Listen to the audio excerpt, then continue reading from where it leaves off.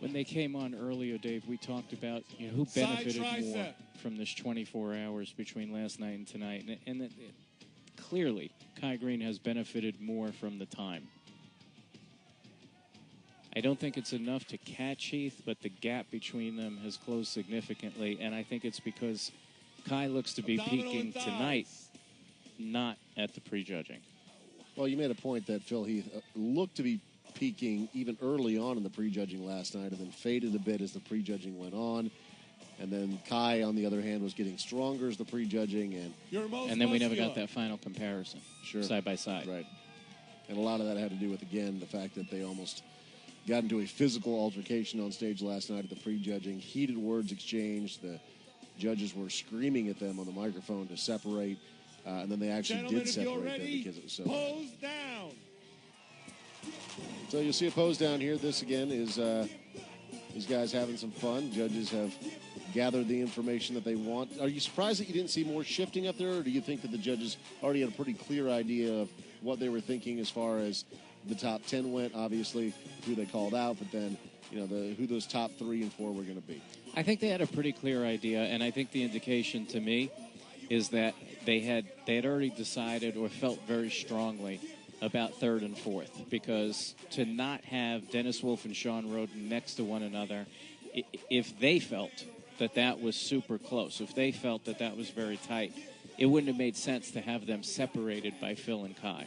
Right. It may also be indicative that they wanted to make sure to get a look at Phil and Kai. You notice last night, ironically, they had Phil and Kai separated by Dennis and Sean, and tonight it was the opposite, Dennis and Sean separated by Phil and Kai. So that suggests to me that they already knew where they wanted to go with the 3rd and 4th place.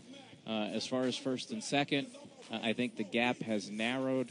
I think Phil wins this contest, but the 24 hours has definitely benefited Kai Green more than Phil Heath. And neither one still, in my opinion, really when we look at our top 5, the only athlete that stands out to me who looks to be better than last year's Olympia is Sean Roden. I think Dennis Wolf was better last year, not because his conditioning was better. He had great conditioning this year and great conditioning last year. The difference was in the fullness.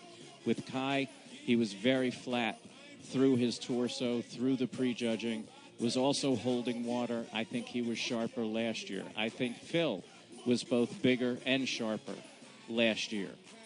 Roden, I think, looked better this year. Dexter Jackson looked about the same. He always looks great, always in great shape. Perhaps the legs a little fuller last year.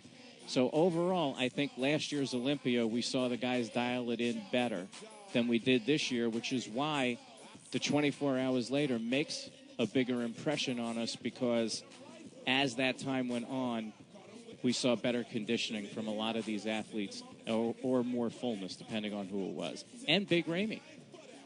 Big Ramey definitely improved from yesterday to today, significantly, and improved from the beginning of the prejudging to the end of the prejudging last night, which also suggests that he had mistimed it by quite a bit as well. This is always one of my favorite parts of the event, when the competitors hop off stage and walk around in the crowd, mostly because of the people's faces in the crowd. It's this mix of being terrified and excited at the same time, because there's all these massive guys that are surrounding them, but at the same time, they're so excited to be around these individuals that they look up to and have so much respect for as the best bodybuilders in the world. We talked about it earlier, how this is the Super Bowl of bodybuilding, and you've got the biggest superstars in the sport that are walking around. You see all the adoring fans there that are reaching out, and Kai Green is certainly it's a fan selfie favorite. time. Oh, look, this guy's actually taking a selfie with him. Yeah. I mean, you see all the adoring fans. Kai Green, of course, getting a lot of attention out there, as they all are. But definitely a lot of fanfare tonight here at the Orleans in Las Vegas. Completely sold-out crowd. This event always attracts tens of thousands of people from all around the world, not just for the actual competition itself, but also for the expo over these past couple of days here in Las Vegas. There's been hundreds of thousands of people that have flocked in to see all of the different exhibitions and booths. And it's not just, of course, bodybuilding itself. There's also, Dennis Wolf got caught by one of those chairs. You can't step on the back. Don't fold right into it. There's all sorts of different sports that come together for these expos. at the Arnold as well as at Olympia here in Las Vegas. So lots of different disciplines, lots of different athletes, all coming together in one place. It's certainly a celebration of fitness and healthy living, and so it's great to see all of this capped off by Mr. Olympia being crowned. But what a cool experience over these past couple of days here in Las Vegas to have so many people from so many different disciplines all come together. And Dave, it's hard not to look at the immensity of that crowd and just not reflect for a moment on the legacy of Joe Weider. You know, he starts this contest 50 years ago. He starts a publishing empire. But more than that, you know, to me, his legacy is that he literally changed the world in terms of our view of weight training. You know, athletes from every sport now regularly weight train, when years and years ago, you know, boxers didn't weight train because they were going to get too slow or too muscle bound. People were afraid of it. Now there's not an elite athlete in any sport that doesn't weight train in some way. And when you think of a legacy where, you know, thousands and thousands of people around the world make a living as a result of something that you established, as a result of something that you built. And those are thousands of people you'll never know, meet, or know their names. They don't work for you. It's just that the industry that you built, that you gave birth to, is so enormous and so popular and so passionate that people all over the world are creating offshoots and magazines and websites and gyms and protein powders and supplements, and all these things somehow grew out of this man's brainchild. And looking at a packed Orleans, looking at all these fans and looking at the athletes rolling around with the fans there, it's impossible not to reflect on what an amazing legacy Joe left. Celebrating 50 years, and almost every single athlete that has been interviewed over the course of this weekend has specifically called out, you know, even if they've made history themselves, how much bigger the event is and the legacy of Joe Weider is. So fantastic to see so many people paying respect to what one man was able to build and just how this sport has grown over the years. And you see the fanfare here. I mean, this is a sold-out arena in Las Vegas. These people coming from all over the world, and just the excitement on the fans' faces. And, I mean, Kai Green is literally getting mobbed right now as he's like a rock star walking through the crowd. It's fantastic to see people paying their respects to these athletes who put in so much work and so many thankless hours, you know, when they're in the gym and they're dieting and nobody's watching or paying attention to what they're doing. It's just nice to see them getting the recognition that they deserve, not only in, you know, the prize money and everything else, but just the fanfare is really something else, and that's going to be something that'll last a lifetime. Dennis Wolf is our lone competitor that is back up on stage. He's ready to get this thing underway. He's like, come on, man, I want to see where I placed. I want to see what my check is. And, you know, talking about money, there is significant money up for grabs. The least that any of these competitors can win in the top 10 is $16,000. Ninth place will get $19,000, up to $20,000 for eighth. And then it scales from there. Seventh place, $25,000. Sixth place, $35,000. Fifth place, $45,000. Fourth place, $55,000. Third place, $90,000. Second place, $130,000. And the first place prize tonight here at Mr. Olympia is $275,000, over $250,000 going to the winner tonight. All right, let's have our Olympians on the stage. And Bob's calling them back up. That means the judges have rendered their decision.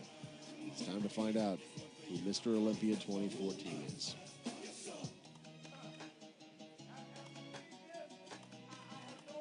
How's that saying go? And now the moment you've all been waiting for. Yeah. I believe before they actually announce the winner tonight, they are going to do a 50th celebration video, rightfully so, paying homage to this fantastic event, how much it's grown over the years. But in moments' time, we will find out who Mr. Olympia 2014 is.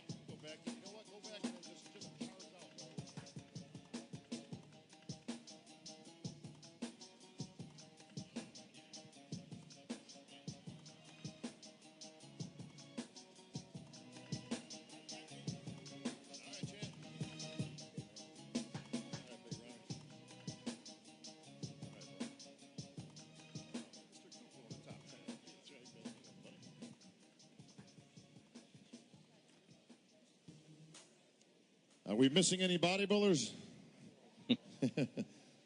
Any of them find their way to the concession stand? How about that for a pose down, folks?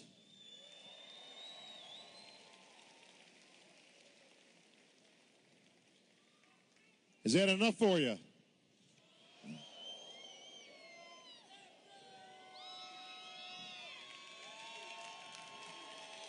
I think Phil, he says he wants a little bit more. What do you say, Olympia fans?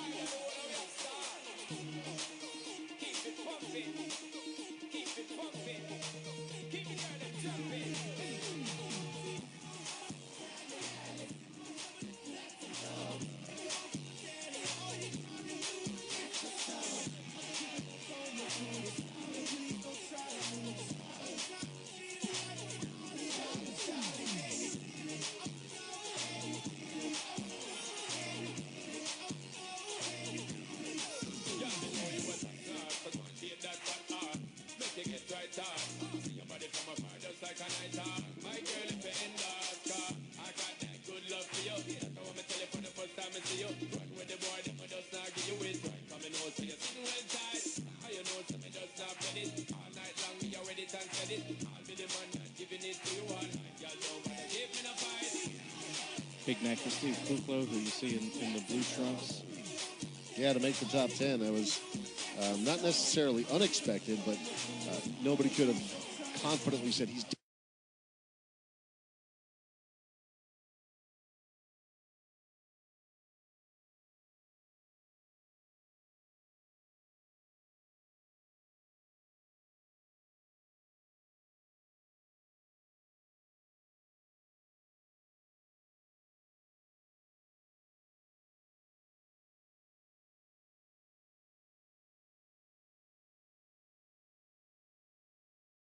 Up from his 8th place finish from last year.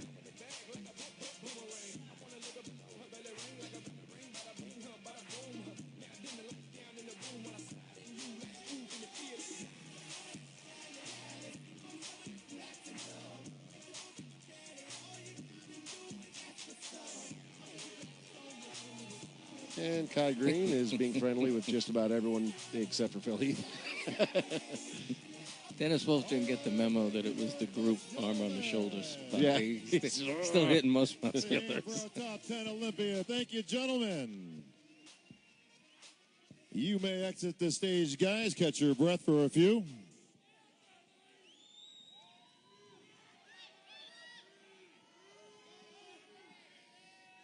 What do you think of that, Olympia fans?